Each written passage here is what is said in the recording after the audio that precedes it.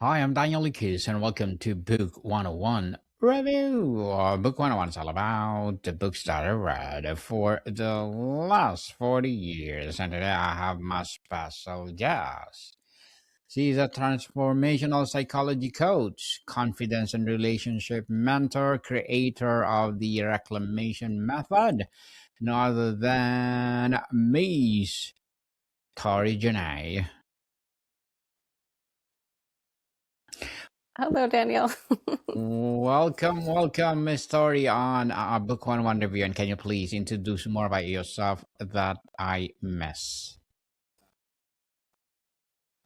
Yeah, so I call myself a transformational psychology coach because I've kind of integrated a lot of different tools, but I have three psychology degrees and I am trained in energy healing and yoga and all kinds of meditation. And I've really taken Eastern philosophy, energy healing, and Western psychology, and I've merged them together to really help people heal. And I'm excited to be on this podcast because I am an avid reader and I love to learn.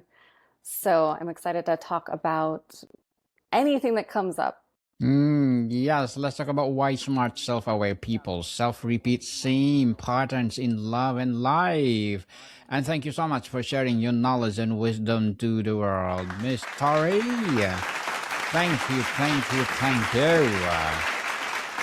So let's begin the the riddle. Well, the title's riddle presents the fascinating paradox. Fascinating paradox Absolutely. indeed. So just give me a minute. I have an echo. So, fascinating paradox. Smart, self aware people stuck in loops. What is the crucial distinction you make between cognitive awareness and kind of awareness required to break it? Yeah, so that's a great distinction. There's cognitive awareness. So we know that we're doing something, but we usually see it after it happens. So I love to explain to people more about the nervous system and how that works. Basically, your brain, your spinal column, your nervous system all work together, and they have taken in thousands of bits of information to keep you safe. Your number one job in life is to survive, not to thrive, not to do all the things that are easy. So I love to explain this in a way that is so easy to understand. All of us want to get healthier, go to the gym or work out or eat less, reduce our weight, do something to feel better about our body, right? And we will reduce how much we're eating, we'll exercise more, and we'll be really excited about that for the first couple of weeks, right? We're like, oh, I'm making a Yes. big change. I'm going to feel so good. I'm going to fit back in my jeans from high school. and then and then a couple weeks in, that motivation starts to wane and your brain starts to come up with all these little excuses. Oh, you're so tired. Oh, you're so hungry. You deserve a good treat. And we don't realize that subconscious programming, that nervous system programming is doing that because what the body registers and what the brain registers is this is different. This is not safe. It's not okay. What is survivable is known to us. So even if our patterns, our programs, our diet, our exercise, our relationship styles are not healthy for us, they are known and our body knows that we can survive them. Mm. So we get hard on ourselves when we start working. Like I love to use the example of working out because we've all experienced that. We start to slip. We start to have these negative thoughts. We start to get late. Like we think we're lazy. That's just the brain saying, hey, I don't feel safe because I've reduced calories. I'm working out. Something's wrong. Like this person is trying to kill me. But that's what happens even with love, with work, all these kinds of things. What happens is, so let's say, I grew up in a very toxic household, and I always share that. Like most of my wisdom comes from my lived experience, not just my psychology degrees. And if I have an absent father, then that subconsciously makes me believe that love is having an absent person in my life. So that would make me go after the emotionally unavailable partner. And so even though, and I work with smart, self-aware, brilliant people all the time, and they're kind of like not aware of this deeper subconscious programming because it runs 90% of our life. And until we get into that subconscious, until we really understand what caused those patterns and how it's playing out, of a lack of it's really like body awareness, nervous system, and subconscious lack of awareness. So you can be brilliant, you can see all your patterns kind of, or even have done years of therapy and still not see that change because you haven't dropped it yet into your energy, into your body, and you haven't solved the problem that the psyche is trying to solve. So, like I said, with love relationships in particular, we will try to have a different ending. So if we had a critical parent, let's say, we'll find a critical partner and we'll hope that they will actually give us praise because Hmm. our brain wants a happy ending to the old story, if that makes sense. So hopefully I answered your question in a way bigger way than you expected. Makes sense. Makes sense, Miss Tori. So, the why versus the how. Many people can brilliantly analyze why they have the pattern. And why does this intellectual understanding so often fail to translate into behavioral change and what gets missed? Yes. So a lot of times we try to think our way out of it, and we actually need to feel our way out of things and become the observer of ourself, not just from a self-awareness of I see my pattern, but a self-awareness that is there's a difference between like cognitive perception and what we call interoception. So I can look back and see my pattern, but can I catch myself when I'm about to react negatively to my partner? Can I catch myself by a bodily sense, by feeling what's happening, by being aware of that and stopping myself, saying, oh, this is my pattern in the moment. This is me saying yes to another date with the wrong guy. This is me yelling at my kids. This is me not speaking my truth at work again. And so it's really a felt sense. We kind of repress a lot of what we feel. And so I always tell people there's the ABCs of change. We have to have the awareness, and that's internal awareness too. Then what do I believe and how do I breathe through it? And then I can start to make the conscious choice to make a different choice. Like I remember the first time with my husband that I really recognized I was going to have a negative response or I was going to like start an argument. I was able to pause and say, oh, I feel that in my stomach. I feel that old pattern of being reactive or being defensive. And now I can actually stop it. So I always say, get out of your head, get into your body. And one of my favorite quotes is the longest journey that we will ever take is the 18 inches from our head to our heart. Very well said, Ms. Tori. Very well said. The neurology of rats. From brain science perspective, how do we well-known neural pathways and the brain's efficiency bias actively work against our conscious desire to change even when we know better? That's a good one. So neural pathways, think of them as like well-worn trails. Like if you're in a really thick forest, your neural pathways are really well-worn trails. So the brain actively defaults to them. So if my habit, like let's say you want to give up sugar for the new year, you're trying to eat healthier, you're trying to ask for a raise, but your old pathways are very strong. So it's what I like to call the path of least resistance, and it gives us the most reward even if we don't like it. And so that new pathway, we have to fight a lot more with ourselves. And so willpower will not work here. It takes small change over time. So I love to tell my clients, change 1% one direction at the end of the year. If you do that every week, you'll have 50% improvement. So it's never going to be like a perfect thing. But when I'm starting that new neural pathway, I'm going to have to repeat it often. And I'm going to have to make it small enough changes to where my brain does not fight me. And so with rats, they're pretty simple creatures. We can put out lots of stimuli that tells us that they do this or they do that. Do they choose the cocaine water? Do they choose the sugar water? But we're so much more complex.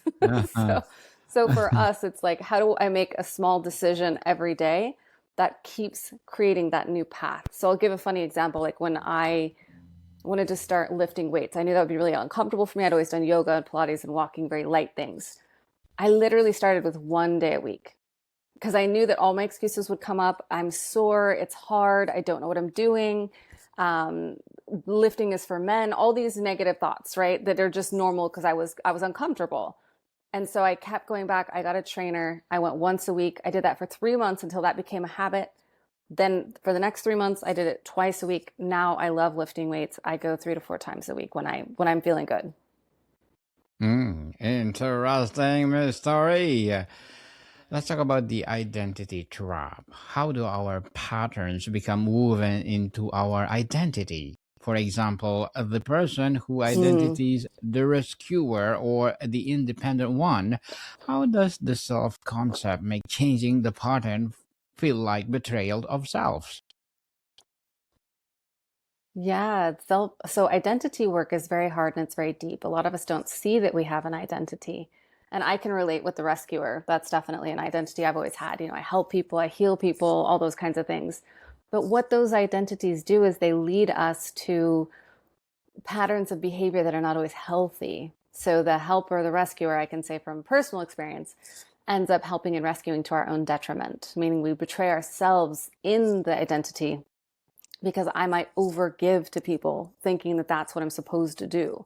If I'm the tough one or I'm hyper independent, that I can never ask for anyone to help. And if I do, I feel like I'm betraying myself. But both things lack true authenticity. So it's really breaking down, where does my identity allow me to connect to others and allow me to thrive, and where is it actually holding me back? Because every single identity has a powerful part, like a light side and a shadow side. And so it's really understanding, like, how are you identifying with that? One of the darkest ways I see identity show up is through illness. This is Everybody kind of knows someone in their life who has an illness, and it's become their identity. You ask them how they are and they talk about their symptoms, and they talk about, like, I'm living with this. And of course it's very difficult, but we have to recognize that I am a person outside of that, outside of being a mom, a housewife, a mother, or a worker. We get very entrenched in what we do as to who we are. Who you are transcends all of those things. And until you connect with that true, authentic person that is beyond all the masks, all the identities, all the things that your parents said you should be, you don't actually really know yourself. And you're going to always respond in a way that it may not make you happy. And that kind of goes back to our um, getting back into those old patterns, or self-sabotage, or all those kinds of things. It's because I'm not, if I'm a people pleaser, I'm not allowed to be happy. I'm not allowed to speak up. That's just who I am. And so anytime you say that to yourself, that's just who I am, that's your red flag that you're stuck in identity. Well, Miss Tori, the secondary gain. Even painful patterns often serve hidden purpose, providing sense of familiarity, protecting from a deeper fear, or fulfilling unmet need. What is the common example of secondary gain that locks the smart person in place? Oh, that's so good. Secondary gains are really tricky. And I've actually experienced it in my life. There was a time when I was struggling with a stress related illness called adrenal insufficiency. It's Addison's disease. And I remember when I wanted to heal it, I remember asking myself, okay, Tori, like, be really honest with yourself right now. What are you getting out of this? And I realized it was allowing me to set boundaries with people. It was allowing me to say no when I wanted to say no, instead of feeling guilty or obligated that I should say yes if I was a good person. And it was allowing me to ask my husband for more support around the house. So those were the secondary gains. So children, it's easier to see in them because, like, we know that sometimes kids act out in a negative way, but it's because some attention is better than no attention. So everything we do, there is a gain from it, even if it feels negative. Like, even fighting with someone, we think, oh, that's so, like, I got in a fight with my partner and I feel so bad about it. But there is a secondary gain because maybe you have a need to repair, or you want someone to fight for you, or or you feel loved that way, or you also get the cortisol spike, which is what we call the inner pharmacy, and people can actually be addicted to that. So secondary gains is anything that you gain from what you perceive as a possible negative behavior that is something that you're actually gaining. And it's very tricky. But I always have my clients look at that when it comes to illness or changing patterns. So it's like, if I'm a people pleaser, it's like, okay, what am I getting out of that? Like, okay, I'm able to avoid conflict. I'm able to feel like everyone likes me, so those are like hopefully enough examples to explain secondary gains. Very well said, Miss Tori. Very well said. So let's talk about the repetition compulsion from a psychodynamic view. We sometimes unconsciously seek to recreate and master our old ones. How does this play out in adult relationship patterns, and how can we become conscious of it?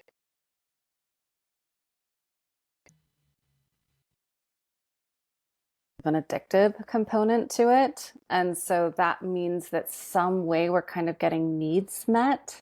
So the way I kind of see this is I work a little bit different with it. When I see repetition or compulsion in someone where it's like they can't stop themselves, I know there's actually a deeper positive need under that. So I usually look for, why do I keep repeating this behavior? Why am I so compulsive? It might be as simple as, I'm looking on my phone all the time. I'm on Instagram 4, 6 hours a day because I've had clients have this, right? And what I know they're deep down looking for is connection. And so when they're picking up that phone, they're getting a little bit of a dopamine spike. I've literally have clients who are very smart. I had a guy who's a really smart business owner here in Los Angeles.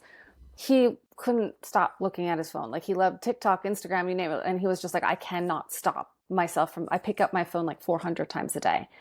And when we started just interrupting the pattern a little bit and trying to find what was the core need under that compulsion, I find a lot of times, 9 out of 10, it is, we are missing love, connection, and positive interaction. So, Miss Tori, as a psychology coach as well as a mentor, what are your short term and long term goals? Oh gosh, short-term goals and is to travel more, or I guess that's a long-term goal, but short-term would be, I'm finishing working on a book. So that is exciting. I want to write a kind of a guide to healing. I've been through a lot in my life. I've lost both my parents, my sister, both my parents were drug addicts. I've definitely lived a lot of experiences that I decided to share, how to really heal those things at a deeper level. And I guess long term is to keep traveling, keep growing, and keep helping as many people as I can on the planet. Hmm. Keep traveling. Good luck to your goals, Miss Tori, and looking forward for more success. And what will be your piece of advice for those people out there who want to be a coach, who want to be a mentor as well?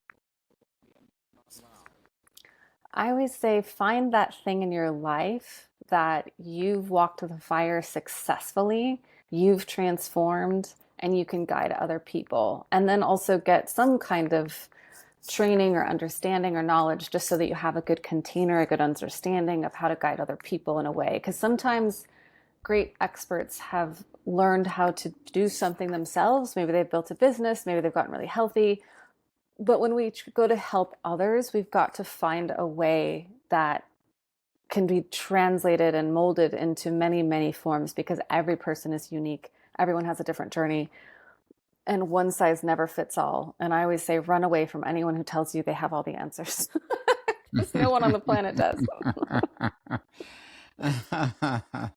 Well, thank you for that advice, Miss Tori. And can you please recommend a book or books that influenced your journey? Yeah, some books that I would love to recommend would be, first would be Eckhart Tolle's A New Earth.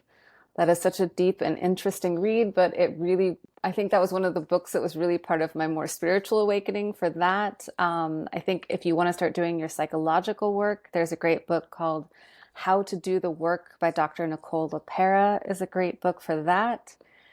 And gosh, there's so many books I could recommend, but I think those are two that, oh, another one, if you're really interested in going deep on love relationships, then I would say How to Get the Love You Want. And that is based on imago therapy, but I could probably list books all day long because I used to have an entire library of them. I tried to cut down, but yeah, those would be three great ones to start with. Thank you for the recommended books, Miss Tori. Thank you, thank you. So let's talk about the relationships as a mirror. Once someone starts doing this work, how do the existing relationships often react? What does it mean when the old patterns no longer fits a dynamic? Yeah, sometimes it will break a relationship, and that's what a lot of people are afraid of. That's why they don't want to change. But I've seen that a lot of times when we heal, we also help the other person heal. And as we elevate, a lot of times our partners will elevate with us. Sometimes they cannot. Every time you change, there's always going to be a little bit of pushback from the other person. That's a normal part, but they usually, like, let's say you have a difficult relationship with your mother and you start setting boundaries with her, and then she makes you feel guilty and makes you feel bad. And a lot of people give up at that point. But if you kind of push through the pain of that, it will shift and you'll actually help your mother connect to you in a more meaningful way. If you're trying to change yourself in an old relationship pattern where you and your partner always end up arguing, if you don't participate in that anymore, they may still initially want to go into that old pattern. But as you break it, it starts to break in the relationship. And what's beautiful is I've worked with so many people where I've seen their relationships improve across the board because they did the internal work to shift themselves. And they were so scared to let go of those patterns because it's like, well, if I'm not a people pleaser anymore, or if I set boundaries, or if I say no, I'm going to ruin all my relationships. And time again, over the last 14 years of my practice, I've only seen the opposite. And sometimes the people who need to go do go. So I will say that. But it's not because it was a good relationship to start with. Go, definitely go. Let it go, people. So, Ms. Tori, before we wrap up our discussion for today, I'm inviting you to please do listen to my other podcast because my abstract essay is already in sixth season, abstract poetry in third season, and of course my book 101 review in sixth season as well, comedy 101 in third season, and food 101 in sixth season too, geography 101, love letters, movie 101 review, music 101 are fifth season, science 101, sex 101 a sixth season, trivia 101, law 101, mental health 101, motivation 101, entrepreneurship 101, of course Bible verses 101 are my baby podcasts. Please listen to them wherever you listen your podcast. So, Miss Tori, is the goal to completely eradicate these tendency are to develop a loving, observant relationship with them so they no longer run the show. What does success look like? I think it's actually both. It's when we develop that love and understanding and compassion for ourselves, a lot of the negative patterns start to become eradicated. And I always tell people that healing doesn't look like things just stop, but they get better. So maybe something used to upset you for days and days. Now it upsets you for hours, and then it upsets you for half an hour. But that is the healing journey. Or if you used to have an old reaction or response that you're trying to get rid of, it's like seeing that, saying, and in that moment saying, even though I'm responding this way again, I deeply love and accept myself. Like I Mm. have my clients do that. They get really annoyed, but it works. I do it myself too. It's like, okay, even though I'm doing this again, I love and accept myself. I see that I'm doing it. And when we go into shame or guilt, like it doesn't help us change. One of my teachers always used to say, if shame and guilt worked, if beating ourselves up worked, we would all be rich, thin, and happy. So Mm. it doesn't work. Try accepting yourself, not in a way of like, I accept this negative behavior, but I accept that I do this. And I accept that if I stop resisting it, it will probably stop persisting. Yeah, so Miss Hori, thank you so much for sharing your knowledge and wisdom to the world. So can you please invite our listeners to support your business, your advocacy, or whatever projects that you're doing right now? Yeah, I would love to connect with people. My name is it's torijenae.com. So pretty simple to find me. On Instagram, tori.jenae, which is Jenae. And I do group coaching 1-to-1. And I also have some great freebies on my website. If you want to learn about your subconscious or psychological blocks, there's a great book that is for free on my website. Yes, people, let's support Miss Tori Jenae because if you support her for sure, more and more empowering advocacy like this to rise. So I have one more question, Miss Tori. If someone is listening, nodding along, feeling seen but also overwhelmed, what is the one small non-negotiable commitment you would ask them to make themselves starting today? they felt overwhelmed, I would say take a walk, take a deep breath, call someone, and just know that nothing negative lasts forever. And in this moment, find that you are safe. Yes.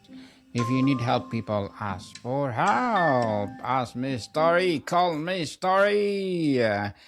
So, Miss Tori Jenae, thank you so much for your time. Thank you, Daniel. You had great questions. I can tell you did your homework. You had the most psychologically sound interview I've ever had. Yes, I want to highlight that every single episode that I'm doing, I want to highlight my guests. And you did it. You nailed it, Miss Tori. Thank you so much for your empowering answer. Thank you. More to come, people. See you soon.